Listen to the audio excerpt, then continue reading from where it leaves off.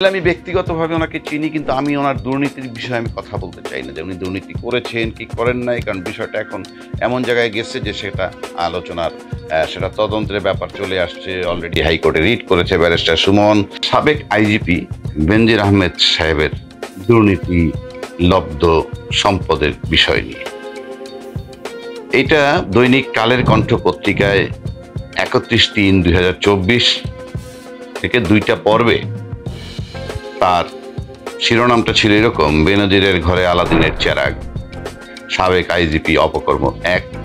এই শিরোনামে সংবাদটা বা একটা প্রতিবেদন হয়। তারপরে দীর্ঘ সময় পর হঠাৎ করে গত 2 দিন আগে বেনজির সাহেব ওনার ফেসবুক স্ট্যাটাসে আমার কিছু কথা শিরোনামে কিছু বক্তব্য রেখেছেন, এবং এটার শিরোনামটা এরকম যে অপপ্রচারের জবাব। আসলে আমি ব্যক্তিগতভাবে ওনাকে চিনি, কিন্তু আমি ওনার দুর্নীতির বিষয়ে আমি কথা বলতে চাই না যে উনি দুর্নীতি করেছেন কি করেন নাই, কারণ বিষয়টা এখন এমন জায়গায় গেছে যে সেটা আলোচনার সেটা তদন্তের ব্যাপার চলে আসছে। অলরেডি হাইকোর্টে রিট করেছে ব্যারিস্টার সুমন। সুতরাং এটা এখন হয়তো তদন্তের দিকে যাবে, এতে কোনো সন্দেহ নাই। কিন্তু আমার বিষয়টা যেটা আমি বলবো, আমি মানে অন্য ধাঁচের কিছু কথা বলতে চাই ওনার বক্তব্যের আলোকে। উনি বলেছেন যে এই দুর্নীতির খতিয়ানটি যেটা দেওয়া হয়েছে 1000 কোটি টাকার অধিক, এবং সবচেয়ে আশ্চর্যের ব্যাপার হচ্ছে আমার কাছে সেটা হচ্ছে এটা দুর্নীতির হোক কি না হোক, উনি ফেসবুক স্ট্যাটাসে যখন কিছু বক্তব্য রেখেছেন, সেক্ষেত্রে আমার বক্তব্যটা হলো কালের কণ্ঠ পত্রিকার প্রতিবেদনের বিরুদ্ধে উনি কোনো রিজয়েন্ডার দিলেন না কেন, 1 নম্বর। আবার যদি দিয়ে থাকেন এবং সেটা যদি না ছেপে থাকেন, তাহলে সেটাও তো আমার কিছু কথার ভিতরে বলেন নাই যে আমি দিয়েছিলাম কিন্তু ছাপেনি, অর্থাৎ এই বিষয়ে আমরা কিছু পাইনি। পাশাপাশি আমি ওনার যে 25 মিনিটের ভিডিওটা পুরোটাই মোটামুটি দেখেছি, মোটামুটি না পুরোটাই আমি দেখেছি। দেখে আমার কিছু প্রশ্ন জাগছে, মানে ওনার কথার পরিপ্রেক্ষিতে উনি এক জায়গায় বলেছেন যে 45টা অভিযোগ তার বিরুদ্ধে আনা হয়েছে দুর্নীতি সংক্রান্ত, তার অর্ধেক উনি সরাসরি থ্রো আউট করে দিয়েছেন যে না এটা সঠিক, আর বাকিগুলো সম্পর্কে উনি বলেছেন যে ফুলিয়ে ফাঁপিয়ে তাল গাছের ঝাড়ের মতো করে উপস্থাপন করা হয়েছে। প্রশ্ন হলো, যা অভিযোগ করে তার অর্ধেকও যদি হয়, এবং সেটা ওনার বক্তব্যে ফুলিয়ে ফাঁপিয়ে বলে সেটাও তারপর তার বক্তব্য মোতাবেক তারও 50 ভাগ 30 ভাগের 1 ভাগও হয়, সেটাও দুর্নীতি ছাড়া সম্ভব নয় কোনোভাবে, সেটা যে ফর্মই হোক। সেই আলোচনা আগেই বলেছি, আমার সেটা মূল বিষয় নয়। মূল বিষয় হচ্ছে উনি যে বক্তব্য রেখেছেন তার আলোকে আমার কিছু বক্তব্য আসছে ওনার। উনি বলেছেন যে 2014 সাল থেকে ওনার পরিবার কৃষি খাত এবং মৎস্য খাতে বাণিজ্য শুরু করে, মৎস্য চাল বলেন, কৃষি খামার জাতের, এবং সেখান থেকে তার বক্তব্যে প্রচুর টাকা এসেছে, অর্থাৎ কোটি কোটি টাকা প্রফিট করেছে। এবং উনি শুরু করেছেন ব্যবসাটা 2014 সাল থেকে, অর্থাৎ 2014 সাল থেকে উনি রিটায়ারমেন্টের আগ পর্যন্ত 3টা ভাইটাল জায়গায় উনি ছিলেন, যেখানে ছিল শুধুই ক্ষমতার দাপট। পুলিশ কমিশনার, র্যাবের ডিজি, এবং শেষ পর্যন্ত পুলিশের আইজিপি। এবং সেটা যে দুর্নীতি করার জন্য সহায়ক হয়েছে তাও আমি বলছি না, কিন্তু উনি বলছেন যে আমি সরকারি চাকরি করব বলেই যে আমার স্ত্রী কন্যা ব্যবসা করতে পারবে না, এটা সঠিক নয়, এটা তাদের সাংবিধানিক অধিকার এবং মৌলিক অধিকার। আমি একমত। এর আলোকে ওনার কাছে আমি যেটা জানতে চাই সেটা হলো 2013 সালের 5ই মে শাপলা চত্বরে যে মহাসমাবেশটা হয়েছিল, লক্ষ লক্ষ, পত্রিকার মতে 5 লক্ষেরও বেশি মানুষ সেখানে জড়ো হয়েছিল। কোন কারিশমায়, কোন ঝাড়ফুঁকের মাধ্যমে তারা সরে গিয়েছিল সেদিন? নিশ্চয়ই কঠিনভাবে দমন করা হয়েছিল, এবং সেটা কি হতে পারে আমরা তখন অনুমান করেছি, আজকে অনুমান করেছি। প্রশ্ন সেখানেও নয় যে মৌলিক অধিকার, সাংবিধানিক অধিকারের কথা বলে আপনার স্ত্রী কন্যার ব্যবসার কথা বলছেন।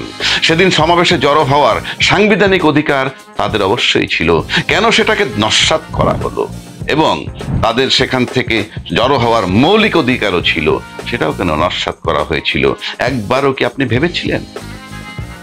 ভাবেননি। আবার আপনার বিরুদ্ধে কোনো মামলা কোথাও নেই, কিন্তু আপনি কৈফিয়ত দিচ্ছেন আসলো প্রতিবেদন পত্রিকায় কিংবা সোশ্যাল মিডিয়ায়, আপনি কৈফিয়ত দিচ্ছেন কেন? কে চেয়েছে আপনার কাছে কৈফিয়ত? অথচ আপনি কৈফিয়ত দেওয়ার পরপরই বিষয়টা আরো বেশি জটিল আকার ধারণ করছে বলে আমার কাছে প্রতীয়মান হচ্ছে। কারণ অলরেডি আজকে রিট হয়েছে এবং দুদকের থেকে বক্তব্য আসছে, তারা তদন্ত করবে। কি তদন্ত করবে, কি করবেন সেটা পরের ব্যাপার। এখন আমার প্রশ্ন, যে মানুষ যখন যে ব্যবসা করে সেই ব্যবসার কিন্তু অন্যান্য কারা আছে একই ব্যবসায় জড়িত, সেগুলার সম্পর্ক তাদের খোঁজ খবর থাকে।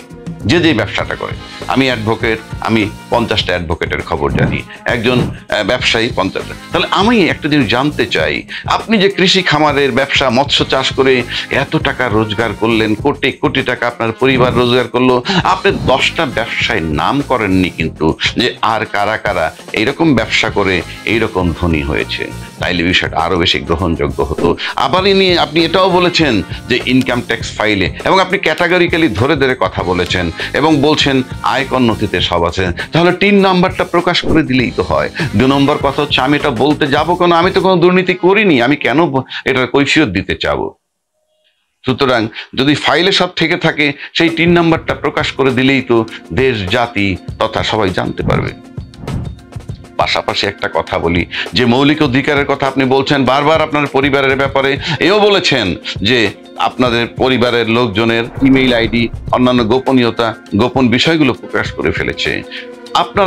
আপনি যখন দায়িত্বে ছিলেন, চাকরি করতেছিলেন, বলেন তো বুকে হাত দিয়ে কতজনের গোপনীয়তা আপনারা প্রকাশ করেছেন, যেগুলা সাংবিধানিকভাবে এবং মৌলিক অধিকারের পরিপন্থী? একবারও সেটা ভাবেননি। সর্বশেষ যদি আমি বলি, আজকে দেখলাম 2 শিশুর মায়ের জামিন এখনো স্থগিত। 2 শিশুর মা, এরা কারা? এই ভদ্রমহিলা কে? এই ভদ্রমহিলা হইল বিএনপির একজন কর্মীর স্ত্রী, এবং গত 20 নভেম্বর কোতোয়ালি থানায় একটা মামলা হয়, নাশকতা নিয়ে আইনে মামলা হয়। সেই মামলায় তার স্বামীকে আসামি করা হয় এবং স্বামীকে না পেয়ে তাকে গ্রেফতার করা হয় বলে তার হাফসা, যে মহিলা কারাগারে আটক, তার অভিযোগ। সে নিম্ন আদালতে জামিন পায়নি, হাইকোর্ট তাকে জামিন দিল, চেম্বার জাজ সেটাকে আটকে দিল। পরে উচ্চ আদালত এখন বলল যে না, এটা এই জামিন দেয়া যাবে না। আদালত জামিন দিচ্ছে না, কেন দিচ্ছে না সেটা নিয়ে আমার কোনো বক্তব্য নাই। কিন্তু প্রশ্ন হচ্ছে, এই হাফসাকে তো আদালত গ্রেফতার করে নিয়ে যায়নি, গ্রেফতার করেছিলেন আপনি। আপনি বলতে আমি রূপক অর্থে বলছি, আপনি মানে পুলিশ। সেই বিবেকটা কোথায়? আপনি তো আইজিপি ছিলেন, আপনারা তো সেই লেসন দিয়ে আসছেন যে আপনি যে মৌলিক অধিকারের কথা বলেন আপনার পরিবারের জন্য, তাহলে এই হাফসার মৌলিক অধিকার কোথায়? তার স্বামীর জন্য গ্রেফতার তো আদালত করেনি, আপনারা তাকে গ্রেফতার করে নিতেন। বিবেক কম, একটু বিন্দু মাত্র আপনার কাঁপেনি? 2 শিশু বাচ্চার মাকে গ্রেফতার করে নিয়ে আসলেন। কোন বিধানে আছে যে আপনি স্বামীকে না পেয়ে তার স্ত্রীকে গ্রেফতার করবেন? আবারও বলছি, আদালত তাকে কেন জামিন দিল না সেটা আমার কোশ্চেন নয়, বিকজ তার আইনজীবী ছিল।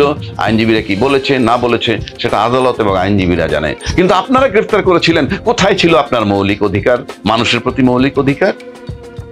আজকে আপনি মৌলিক অধিকারের কথা বলছেন, আবার আপনি এও বলছেন একটা দরজার মূল্য 39 লক্ষ বলা হয়েছে আপনার কোন বিল্ডিং এর, ফ্ল্যাটের। আপনি সেটা খণ্ডন করেছেন চমৎকার ভাবে। কিভাবে? যে একটা বিল্ডিং এর একটা দরজা হয় সর্বোচ্চ 3 ফিট বাই 7 ফিট, মানে 21 স্কোয়ার ফিট। এটা যদি গড় পড়তে আমি ধরি 21 স্কোয়ার ফিটের দাম পড়ে, তাহলে 2.25 লক্ষ করে এক একটা স্কোয়ার ফিটের। এটা কি সম্ভব? হ্যাঁ সম্ভব। কেন সম্ভব সেটা বলি। মাত্র 700 থেকে 1500 টাকা সুতা দিয়ে জামদানি তৈরি হয়। মাত্র, আবার বলছি, 700 থেকে 1500 টাকার সুতায় জামদানি তৈরি হয়, যার একটা শাড়ি নিম্নে 5000 টাকা থেকে উপরে 1.5 লক্ষ টাকা পর্যন্ত বিক্রি হয়, শুধুমাত্র তার কারুকাজের জন্য কি পরিমাণ কাজ করে, কি পরিমাণ শ্রম ব্যয় করে। আবার একটা ঘড়ির দাম 15 লক্ষ, 20 লক্ষ, 30 লক্ষ, কোটি টাকাও আছে। বোধ করি তার একটা ঘড়ি আপনারও আছে। একটা ঘড়িতে কি থাকে? একটা কলমের দাম 50 লক্ষ টাকাও হতে পারে, তার একটা কলম আপনার থাকতেও পারে, আমি জানি না। তাহলে কেন একটা দরজায় প্রতি স্কোয়ার ফিট 2.25 লক্ষ হবে না? এগুলো খোরা যুক্তি। আমি আপনার দুর্নীতির বিষয়ে কিছু বলতে চাচ্ছি না, আমি বলতে চাচ্ছি যে আপনি এও বলেছেন মৎস্য খামার কৃষি খাতে গোল্ড মেডেল পেয়েছেন। আচ্ছা, গোল্ড মেডেল পাওয়ার মানে কি এই যে আপনার সহস্র কোটি টাকার বৈধতার স্বীকৃতি?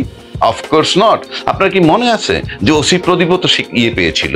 ওসি প্রদীপ তো গোল্ড মেডেল পেয়েছিল কারো কর্মকাণ্ডের জন্যে। সুতরাং গোল্ড মেডেল কি সবসময় পজিটিভ অর্থ বহন করে? Of course not. কিন্তু আপনি এই কৈফিয়তগুলো দিতে গিয়ে আজকে আপনি এই জায়গাটায় এসেছেন বলে আমি মনে করি।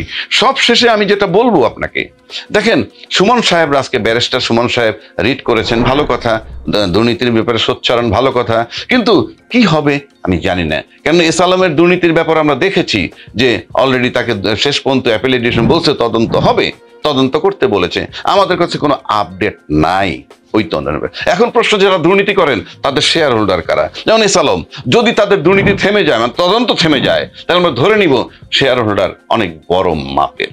কারণ আপনার কর্মকাণ্ডের সাথে শেয়ার হোল্ডার যারা থাকবে তারা যদি আপনার চেয়ে খুব উচ্চ মার্গের হয়, তারা যদি ক্ষমতাধর হয়, তাহলে আপনি সেখান থেকে রক্ষা পাবেন। এখন সেক্ষেত্রে আপনার ব্যাপারেও আমরা চিন্তা করতে পারি, যদি আপনার শেয়ার হোল্ডার থেকে থাকে আপনার দুর্নীতির, তাইলে তারা যদি খুব বড় মাপের হয়, আপনার তদন্ত থেমে যেতে পারে, সেটা নিয়ে আমার প্রশ্ন নয়। কিন্তু আপনি যে মানবাধিকার, মৌলিক অধিকার এবং সাংবিধানিক অধিকারের কথা বলছেন, সেটা বলেছি, যেটা আপনি দেখাতে পারেন নেই দেশবাসীর জন্য।